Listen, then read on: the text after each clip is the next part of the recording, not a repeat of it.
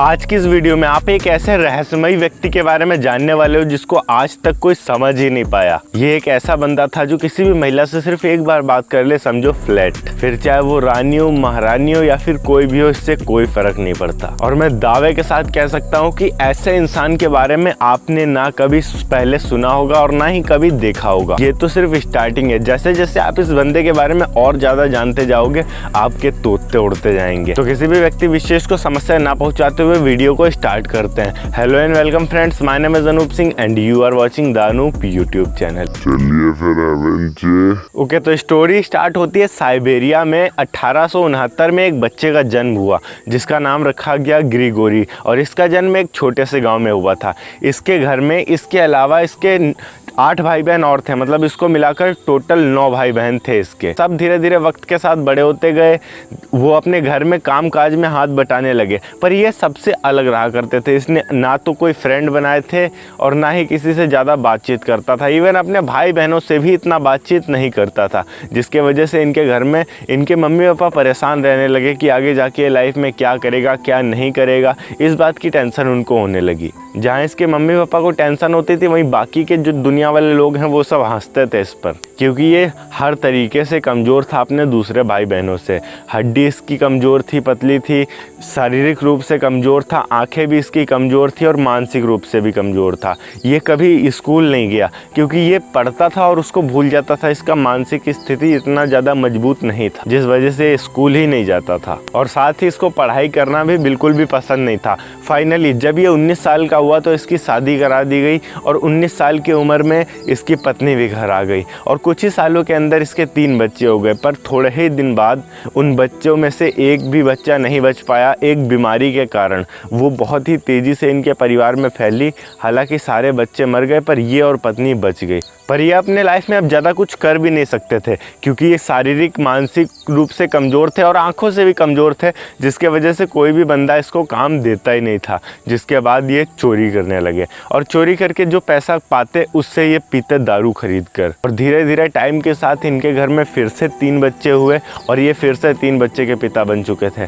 पर वो दारू पीने वाली आदत इनके लग चुकी थी और वो नहीं छूट पाई। सन 1897 में एक बार इनको चोरी करते हुए रंगे हाथ पकड़ लिया गया और इनको कोर्ट में पेश किया गया। जब ये कोर्ट में गए तो इनके वकील ने इनका पक्ष रखते हुए इनकी बायोग्राफी बताई। इनके बारे में सब कुछ बताया कि ये किस तरह के बंदे हैं, ऐसे में अगर इनको काम नहीं मिलेगा तो ये और क्या करेंगे। तो जज ने भी सुन के कहा कि हाँ चलो कोई बात नहीं, तुमको सुधरने का एक मौका दिया जाएगा। तो जज ने वहाँ से 523 किलोमीटर दूर एक बहुत ही ज़्यादा फेमस चर्च है, तो इनको कहा कि तुम उस चर्च में जाओ और तीर्थ यात्रा करके आओ, जिसके वजह से तुम्हारे पाप धुलेंगे। अपने घर वाले मतलब कि पत्नी, बच्चे और भाई बहनों से मिलने के बाद ये बंदा चल दिया अपने सफ़र पर। और जब ये चला तो इसके पास 1 फुटी कौड़ी तक नहीं थी। रास्ते में जाते जाते कोई भी अगर मिलता तो इसको खाना खिला देता फ़कीर समझ के, क्योंकि ना तो इसके जेब में पैसे थे और इसको ना ही चर्च का रास्ता मालूम था। तो ये इधर उधर सब चारों तरफ से भटकता जा रहा था। उस समय ये कई सारे गांव में हर रोज रुकते थे, नए नए लोगों से मिलते थे, और कोई भी रास्ता में चर्च पड़ता था तो वहाँ भी रुकने लगे थे। ये उन चर्च के पादरियों से बात करने लगे थे कि आप लोग यहाँ तक कैसे पहुँचे, आपकी लाइफ की बायोग्राफी क्या है, और वो लोग इनको काफ़ी सारी चीज़ें बताने लगे। चर्च के जो पादरी होते थे उनसे काफ़ी सारी चीज़ें ये सीखने लगे, और उन्हीं चीज़ों का इनके माइंड पर एक बहुत ही ज़्यादा इफ़ेक्ट पड़ा। अब जब इनके साथ कोई नहीं भी होता था फिर भी ये अकेले में भगवान से बात किया करते थे। अब धीरे धीरे ये थोड़ा बहुत पढ़ाई लिखाई के भी तरफ ध्यान देने लगे उन्हीं चर्चों में, और उन्हीं चर्च के पादरियों से थोड़ा बहुत सीखने लगे कि पढ़ा कैसे जाता है, लिखा कैसे जाता है। जो बंदा आज तक कभी पढ़ा नहीं था, जिसकी पढ़ने में बिल्कुल भी रुचि नहीं थी, वो भी पढ़ने लगा, और उन्होंने एक बाइबल भी ले ली वहीं के चर्च से। और अब ये दिन रात बाइबल ही पढ़ते रहते, और जाते रहते रास्ते में जो भी बंदा इनको मिलता ये उनको कुछ ना कुछ नया सिखाते और चले जाते आगे।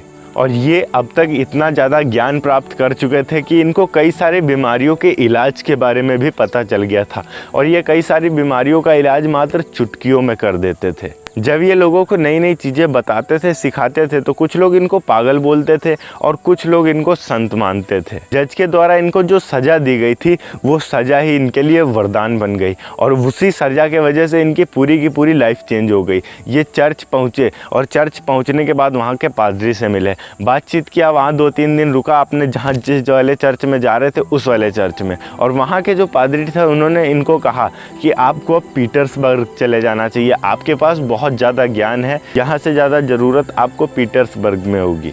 और ये अपने घर गए, अपने पत्नी बच्चों से फिर से मिले, अपने भाई बहनों से मिले और चल दिए पीटर्सबर्ग के लिए। वो समय था द्वितीय विश्व युद्ध का। सारे के सारे देश अपनी अपनी सेना का लोहा मनवाने के लिए लगे हुए थे। मतलब कोई कह रहा था मैं ज़्यादा पावरफुल हूँ, कोई कह रहा था मैं ज़्यादा पावरफुल हूँ। इन्हीं में से थे जापान और रूस। रूस के पास बहुत ही ज़्यादा बड़ी सेना थी और जापान के पास बहुत ही छोटी सेना थी, पर फिर भी जब इनमें युद्ध हुआ तो जापान जीत गया और रूस हार गया, जिसके वजह से रूस के लोगों में एक बहुत ही ज़्यादा गुस्सा आप कह सकते हो था, जो कि पीटर्सबर्ग की तरफ बढ़ रहे थे कुछ विद्रोहियों के साथ उनके महल पर हमला करने के लिए, जो पीटर्सबर्ग के राजा थे। जिसके बाद पीटर्सबर्ग में जो राजा थे उन्होंने विद्रोहियों को मारने का आदेश दे दिया और उनके महल की तरफ जो भीड़ बढ़ रही थी उन पर गोली चला दी गई। संडे का दिन था, उस दिन हजारों लाशें बिछ गई थी। ऐसे में उनके महल में एक आवाज़ आई, मतलब कि उनके रानी के एक लड़का हुआ था, पर उस बच्चे के भी होमोफीलिया नाम का एक बीमारी था, जिसके वजह से उसके अगर एक खरोच भी लग जाती तो उस बच्चे की मौत हो जाती। और ऐसे में ही पीटर्सबर्ग की महारानी अलेक्जेंड्रा ने सुना ग्रिगोरी के बारे में और फिर ग्रिगोरी को बुलाया गया। जब ये महल आए तो इन्होंने देखा कि उस बच्चे की बहुत तेज़ बुखार है जब से वो जन्म लिया है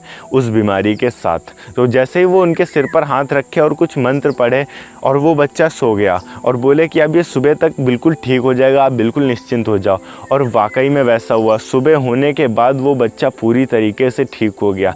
ऐसा होने के बाद पूरा का पूरा पीटर्सबर्ग उनके चरणों में गिर गया और उनको राज परिवार का एक बहुत ही महत्वपूर्ण सदस्य बना लिया गया। और अब उनके इजाजत के बिना या फिर उनसे पूछे बिना कोई भी फैसला राज्य का नहीं किया जाता था। राज्य के महारानी को ऐसा लगता था कि अगर हम उनसे कुछ फैसले पूछ के करेंगे तो वो हमारी जनता के लिए ज़्यादा इफेक्टिव रहेंगे। अभी बहुत सारे लोग ऐसे हैं जो बोलते हैं कि महारानी उन पे फ्लैट हो गई थी और महारानी के उन पे अवैध संबंध थे, या फिर कोई भी महिला उनको एक बार देखती थी, उनकी आंखें इतने ज़्यादा अट्रैक्टिव थी कि उनसे बात करते करते ही फ्लैट हो जाते थे। खैर, अब जब ये राज परिवार का इतना इम्पोर्टेंट पार्ट बन गए थे तो जाहिर सी बात है इनके भी कई सारे दुश्मन हो गए होंगे। और वाकई में इनके भी कई सारे दुश्मन हो गए थे और वो दुश्मन और कोई नहीं थे, महारानी अलेक्जेंड्रा के पति के परिवार के ही लोग थे। मतलब राज परिवार के ही लोग थे जो उस राज्य पर राज करना चाहते थे पर नहीं कर पा रहे थे, क्योंकि महारानी अलेक्जेंड्रा जिंदा थी और उनके साथ उनका बच्चा भी जिंदा था। और जब तक ग्रिगोरी उनके साथ रहते तब तक उनका कोई कुछ कर भी नहीं सकता था। इसीलिए उन्होंने ग्रिगोरी को खाने पर बुलाया। सबसे पहले तो उन्होंने खाने में जहर दिया, जिससे ग्रिगोरी को घंटा फर्क नहीं पड़ा। उसके बाद जब ग्रिगोरी वापस जाने लगे तो इनके ऊपर पीछे से गोली चलाई गई, जिसके बाद इनको कुछ नहीं हुआ और ये सिर्फ पीछे मुड़ के देखे। और उसके बाद इनके ऊपर 2 गोलियां और चलाई गई, जिसके बाद सिर्फ ये गिरे और इसको बांधकर पानी में डाल दिया गया। पोस्टमार्टम रिपोर्ट में ये पता चला कि ये पानी में डूबने के वजह से मरे हैं, ना कि गोली के वजह से मरे हैं। और आज 100 साल के ऊपर हो रहे हैं, पर आज भी ऐसा कई सारे लोग मानते हैं कि सिर्फ बाइबल वगैरह पढ़ने से या फिर यात्रा करने से कोई इतना ज़्यादा पावरफुल तो नहीं बन सकता। कोई ना कोई रहस्य तो ज़रूर था इस इंसान में, जो कि कभी किसी को पता नहीं चल पाया। और अगर वैसा है कि इन्होंने बाइबल वगैरह पढ़ के ही ये सब किया है, तो ये बंदा इतना महान था कि इसने अपने अंदर की सभी बुराइयों को मार कर अपने अंदर की अच्छाइयाँ निकाली। तो आशा है आप भी वैसा ही कुछ करेंगे कि अपने अंदर की गलत बुराइयों को हटाकर एक अच्छी चीज़ निकालेंगे जो आपके अंदर है और निकल नहीं पा रही है। ओके गाइस, अगर वीडियो अच्छी लगी हो तो ही वीडियो को लाइक करना और हाँ, चैनल को भी सब्सक्राइब ज़रूर कर देना। मैं मिलता हूँ आपको नेक्स्ट वीडियो में एक नए टॉपिक के साथ। तब तक के लिए बाय बाय।